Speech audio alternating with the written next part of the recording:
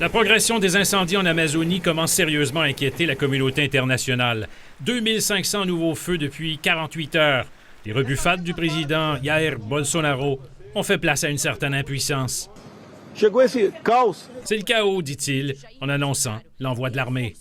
L'Institut national de recherche spatiale précise que près de 77 000 feux de forêt ont été enregistrés au Brésil depuis le début de l'année. 52 % concernent l'Amazonie, ce poumon de la Terre.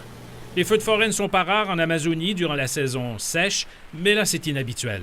Il y en a 85 % de plus que pour la même période l'an dernier. Et on montre du doigt la déforestation.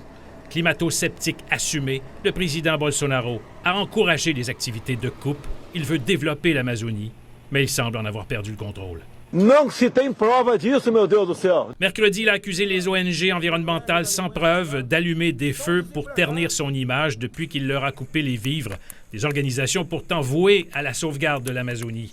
Il accuse maintenant le président français Emmanuel Macron de colonialisme parce qu'il a programmé le sujet au sommet du G7 qui se déroule toute la fin de semaine à Biarritz. Macron a accusé le président brésilien d'avoir menti sur ses engagements en faveur de l'environnement. Et en conséquence, la France va s'opposer au traité de libre-échange récemment conclu entre l'Union européenne et les pays du Mercosur en Amérique du Sud. La condition de cet accord, c'était le respect par l'ensemble des parties prenantes de l'accord de Paris et des engagements en matière de réchauffement climatique. Comme le président de la République l'a dit très clairement, si ces engagements ne sont pas tenus, la France elle-même en tirera les conséquences. Des manifestations se sont aussi déroulées dans plusieurs villes d'Europe, dont Londres et Paris. Ça fait 2 semaines et aucun média n'en parle. Et donc on est là pour en parler, pour protester contre l'inaction. Depuis mercredi, 2 États de l'Amazonie ont déclaré l'état d'urgence.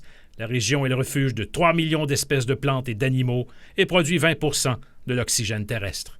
Sylvain Drapeau, TVA Nouvelles.